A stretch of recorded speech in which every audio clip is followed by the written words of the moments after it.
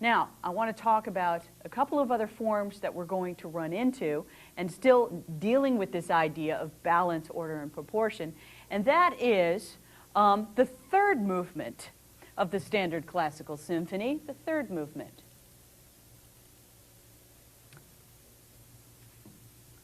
The minuet and trio is the third movement. It's the dance movement of a symphony or a string quartet, okay?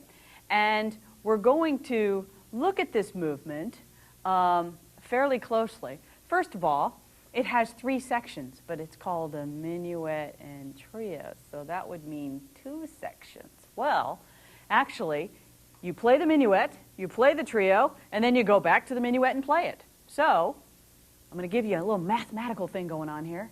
A, B, A form, right? If the minuet is A, the trio is B, A would be the minuet. Again, okay? And so this was a standard movement in the symphony or the string quartet, and it was a great thing to do for contrast. It is a contrast to the slow movement, to the first movement, and especially to the movement that's going to come after it, the real fast end with a bang movement. Okay? And so we are going to listen to a piece that you've probably heard of before. My goodness, if you've been to the St. Louis Bread Company or been in an elevator, you probably have heard this piece of music. But you've never heard the third movement. So the first movement, right, is,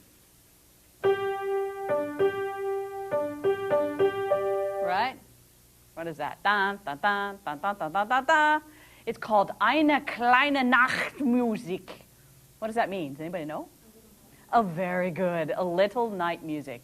You see, it's one of those pieces that Mozart composed for some outdoor party or something like that, you see. And so a little night music you can play as I have played it in a string quartet. I've also played it with a string orchestra. I've heard it actually many different ways. It is a serenade, okay? And a serenade is just a general term for something that was meant for evening entertainment. Probably nobody even listened to this. They were too busy eating dinner and talking. So the third movement of this Eine kleine Nachtmusik is a minuet and trio. And so we're going to listen to this and follow with your listening guide. The minuet and the trio have repeats, okay? The minuet has 2 sections, the trio has 2 sections, and you repeat all of them. Then, after the trio, we go back and repeat the minuet exactly as written with no repeats. Do you have to know that? Absolutely not. Do I, as a musician, have to know that? Absolutely. And you don't even talk about it. You know, it's something you learn as you're growing up. Classical minuet, you don't repeat this when you go back. And that's all very boring information, probably. But it's an interesting thing, though, to learn, is this idea of balance, order, and proportion. The minuet and trio is no exception. So this is the third movement from a serenade. So everybody pretend that you're outdoors and you're just being serenaded, okay? Third movement, Eine kleine Nachtmusik.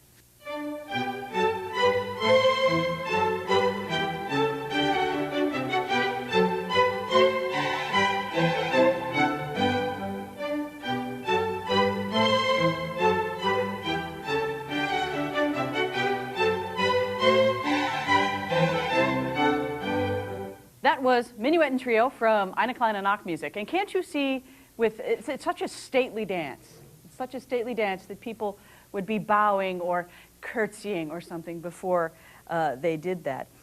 These minuets originated, of course, at the court of Louis XIV in France around 1650, and it was danced by aristocrats throughout the 18th century, and it was a very stately, dignified dance, and that's exactly what Mozart gives you. So he really gives you this wonderful flavor. And also we have contrasting sections. The trio has that murmuring sort of accompaniment, very different from the minuet.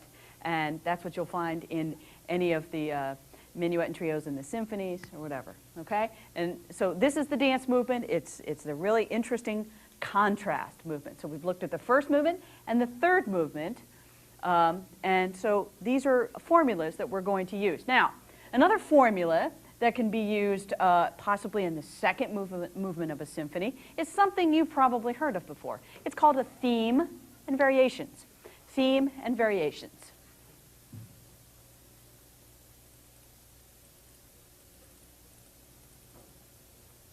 Theme and variations.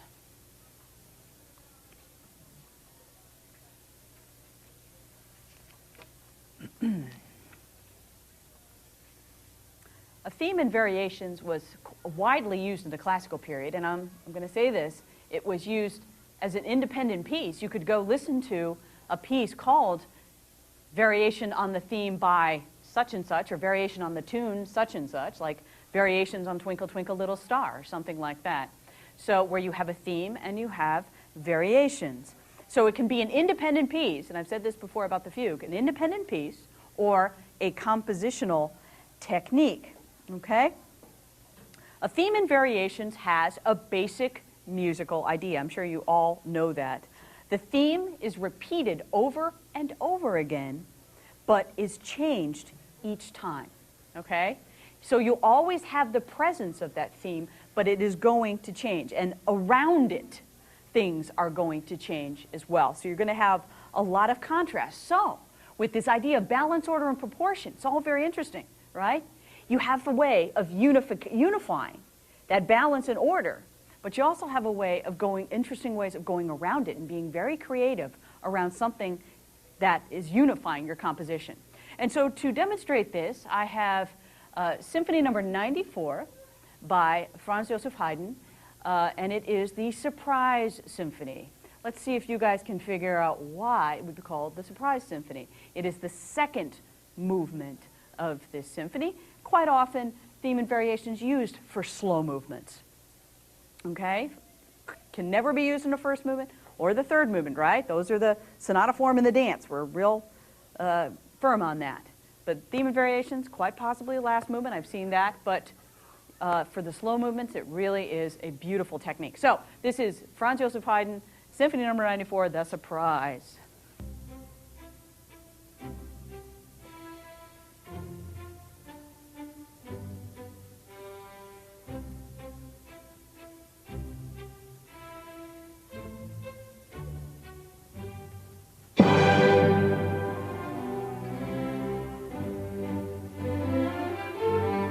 That was a theme and variations. That was the second movement of Symphony No. 94, Franz Joseph Haydn.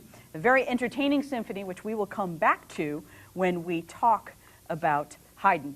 Now, the last form I want to talk about is called Rondo Form. Rondo Form.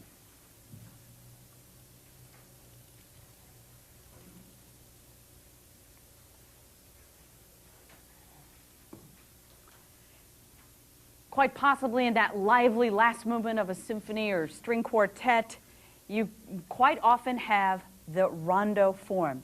And what you got to remember is you have a recurrent theme.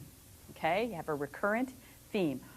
A rondo features a tuneful main theme which returns several times in alternation with other themes. Okay?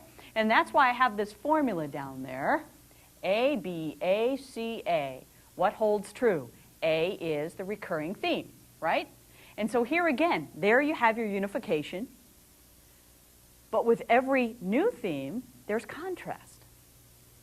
So it's a very interesting way to compose. And they're usually very simple to remember. And I'll say it again, a rondo can either be an independent piece or a movement of a symphony, string quartet, or a sonata, okay? I'm not going to go too heavy on you on a test with, anything but the first movement and third movement. I will not, because a lot of these are interchangeable. So I'm not going to be that mean, like my professors were to me while I was growing up. But you won't have to know that, okay? So a rondo can be used in the lively last movement, and that's most often where you see it. Now, to demonstrate this form, I have an exciting string quartet for you. This is a string quartet in C minor, Opus 18, number 4. Let me get this opus thing out of the way right now. Opus means work in Latin. So it's work 18, and there's a set. And this is number 4. Happens to be a set of 6 Opus 18s from Mr. Beethoven.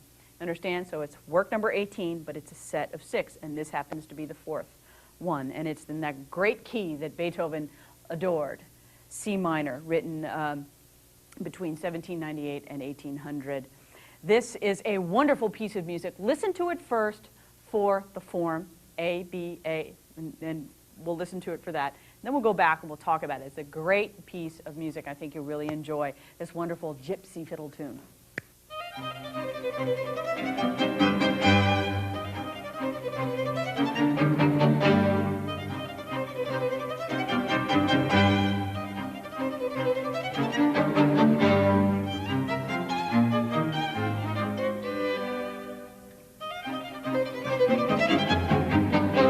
That was the string quartet in C minor by Beethoven, and it was to demonstrate to you the idea of rondo form.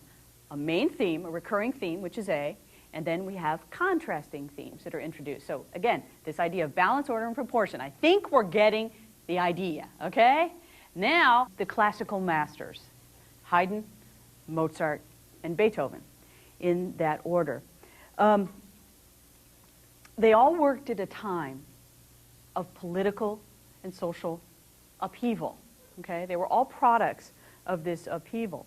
And between 1750 and 1820, we had certainly the French and American revolutions and the Napoleonic Wars. And the art, the architecture, the color, the music, everything was certainly the emotion, the intense fear, the voices of humanity, certainly the artists. The political and economic power shifted from the aristocracy and the church to the middle class.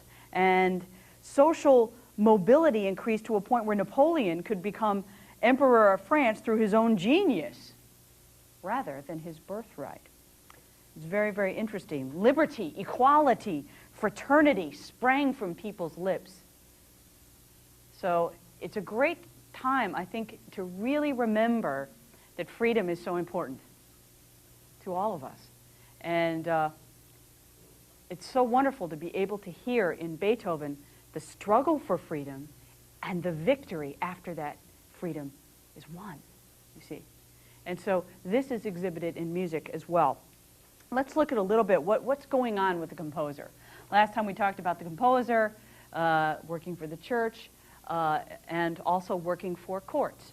And like everyone else, these composers are going to be affected by many, many changes. And in the careers of the three classical masters, we can trace the slow emancipation of the composer. We're talking about the emancipation of the individual here. Well, it's the same thing for the composer. Franz Joseph Haydn was content to live a lot of years with the Esterházy family up in his castle, doing whatever Prince Esterházy wanted him to do. He was just fine with that. And that's how he spent most of his life. He was only considered a skilled servant. You know, a high-class servant. Mozart, born just 24 years later than Haydn, couldn't stand being treated that way. He didn't have the personality to be told to compose. So he decided to leave, spend the last 10 years of his life in Vienna as a freelancer. He tried to just teach and compose. And I think that's part of what really killed him, was that he couldn't survive. This was a hard way for him to survive. But when we get to Beethoven, we will see that Beethoven fared much better than Mozart. Only a few years after Mozart's death, Beethoven was able to work as an independent musician in Vienna. Beethoven was not going to let people not listen to him. And there are reports that he would, if he was playing and somebody was talking, he would stand up and say, "You listen to me, you swine." You know, he was an individual, and he was going to entertain you and move you. And so you can see the emancipation of the composer from highly skilled servant to highly skilled businessman. But if you also look at the time period, Beethoven was a product of this revolution. He was 21 years old when all of this was happening. And his fight for freedom, he saw that freedom. And so it's very different. And so he was going to do the same thing in his life. He was going to be an individual composer. So it is very interesting.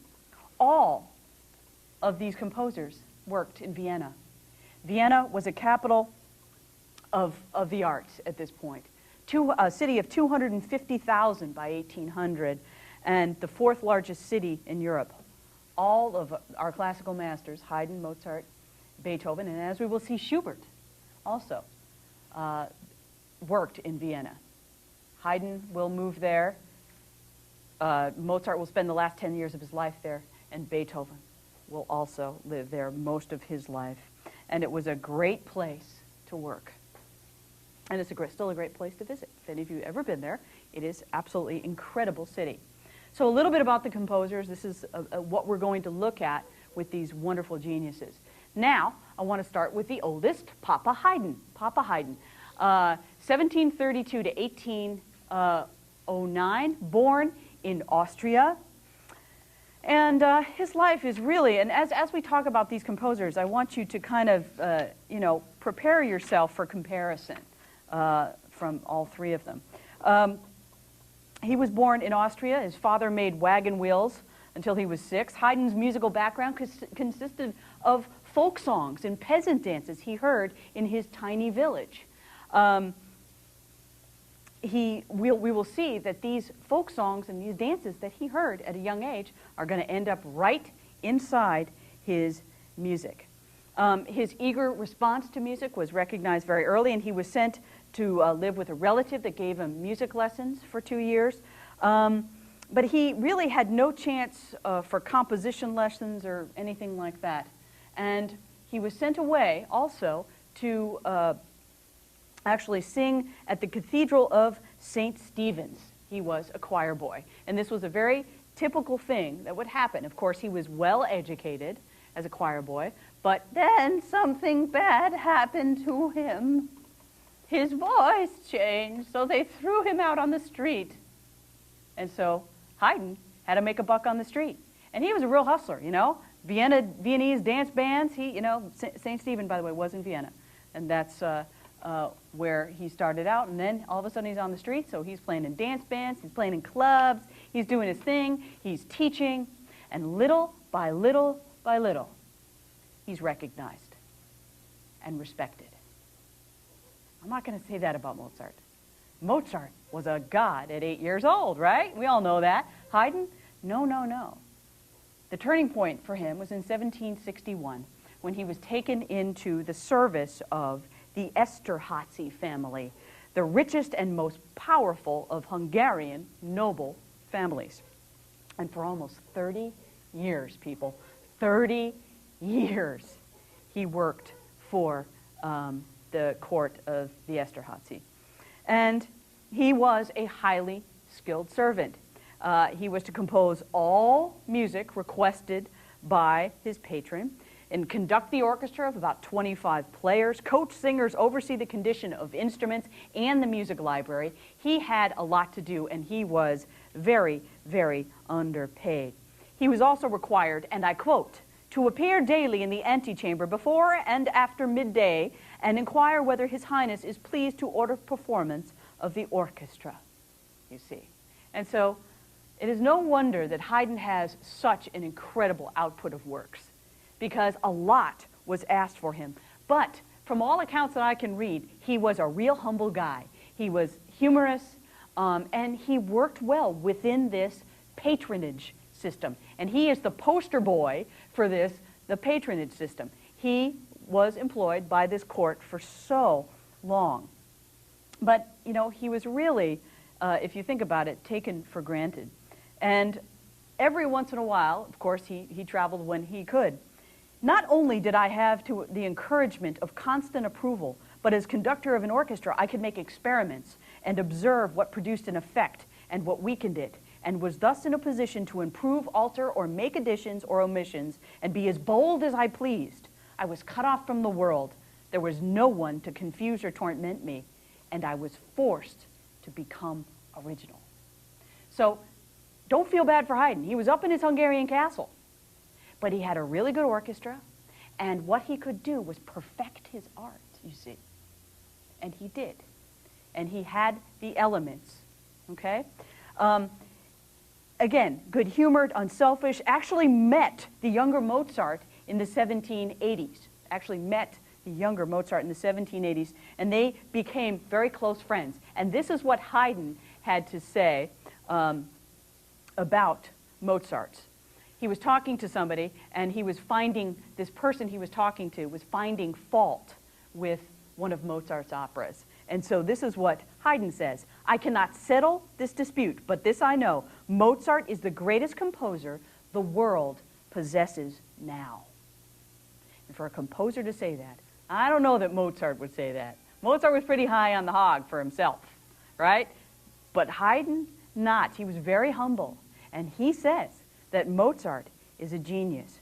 Over a period of 20 years, word spreads about Haydn, of course, and the composer's music became immensely popular all over Europe.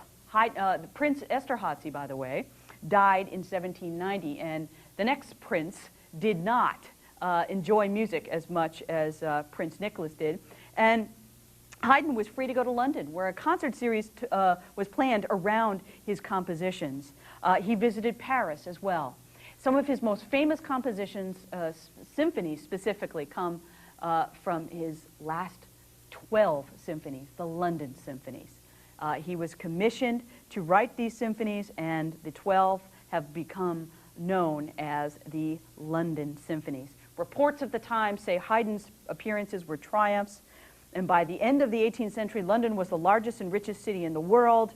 It had a very active concert life. We already know that already from the work of George Frederick Handel. One listener noted that there was, I quote, an electric effect on all present and such a degree of enthusiasm as almost amounted to a frenzy. Haydn was a celebrity. Mozart died in an unmarked pauper's grave. He couldn't even afford his own funeral. Haydn died a celebrity. So the servant becomes a celebrity. Haydn was wined and dined by everybody, returned to Vienna in 1795, rich and honored, and died in 1809 at the age of 77. He lived much longer than Mozart, but while he was lying in his coffin, Napoleon's army is invading Vienna. Wide recognition. Wide recognition. And we'll see with Mozart that it is a very, very different story. So keep that in mind. Papa Haydn, often considered the father of the symphony and the father of the string quartet. And that's why we call him Papa. We often refer to him as well as the pathfinder of the classical style. Just took these, the classical beginnings of these forms and developed them. And we'll see how Beethoven actually studied composition with Haydn. We'll see how Beethoven picks up on this style. He was certainly a pioneer in the development of the symphony and the string quartet. Haydn's music is like his personality. It is robust, it is optimistic, it is humorous. We've just heard the Surprise Symphony. That's hysterical for the time. And this is something that is pervasive in his music.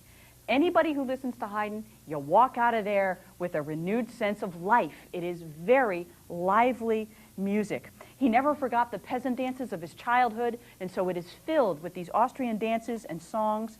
And his works contain a folk flavor, certainly. But he also composed oratorios as well. And showing his love of nature, he wrote The Seasons, which is an oratorio. So he's a multifaceted composer. I prefer to see the humorous side of life, Haydn once said. And so his comic effects and his unexpected pauses, all of this stuff, tempo changes, are all part of who he was. And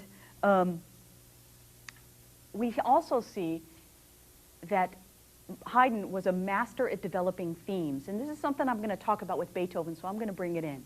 Okay? Haydn, in his symphonies, was a master at developing maybe a three-note motive or something. And he could develop that to its utmost ability. And this was constant within his music. But also, we have very descriptive music from Haydn. His string quartets, we have the frog, the sunrise, the sunset, right? We have one of my favorites, the rider. We have storms, we have hail, we have animals, we have all these different things. It is very, very descriptive music as well. 104 symphonies, 68 string quartets, a slew of concerti as well, and his music really survives. One of his greatest triumphs, I believe, and of course I'm very biased because I am a string player, but these string quartets he really took this form to its height. He really did.